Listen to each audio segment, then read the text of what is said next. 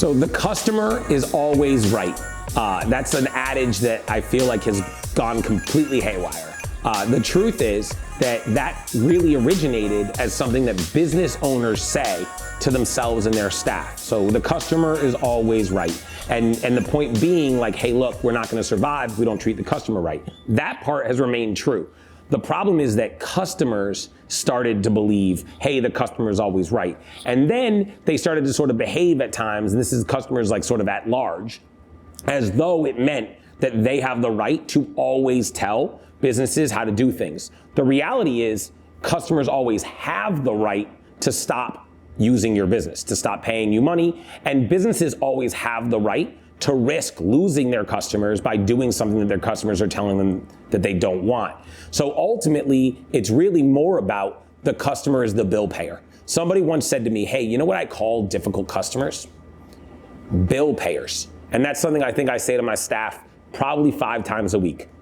I have a culture in my company that just does not allow for customer criticism. We do not criticize our customers. We have the right to make decisions in our business about what we will and won't do. So one time, for example, I had customers, this is years ago, I had some customers say that they really enjoyed their meal, but they didn't like their stuffed grape leaves. So I walked over and they had an untouched stuffed grape leaf.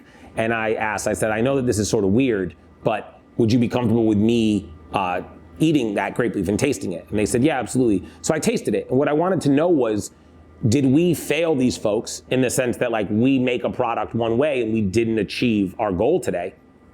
Or is it that they just don't love our grape leaf? And the reality was it was the latter. And so I said to them like, well, to be honest with you, this is exactly the way we make our grape leaves and I understand that you didn't love it. I made a choice in that moment because I wanted to keep that customer of offering to replace it. But the reality is that sometimes it's important as a business owner to know that certain customers aren't gonna love you. Another story I love to tell is I had a customer come to me once mad about something that we do. And it was just the way that we choose to do it. It worked for a lot of our customers. It didn't work for this customer. And they said to me, this is the 3rd time I've been to your place and I've never enjoyed it. And I asked them non-sarcastically, and I wasn't trying to be rude. I said, can I just ask, well, why do you keep coming back?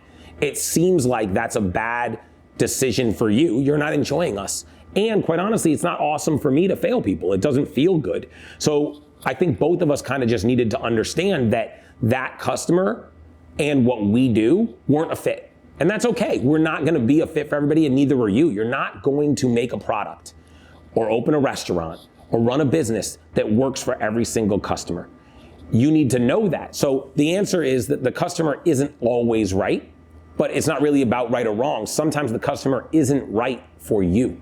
And sometimes you're not right for the customer. And it's important for businesses to learn that and have a respectful process to sort of not fail that customer in the moment, but not continue to try to change themselves, trying to bring that customer back and repeatedly failing them.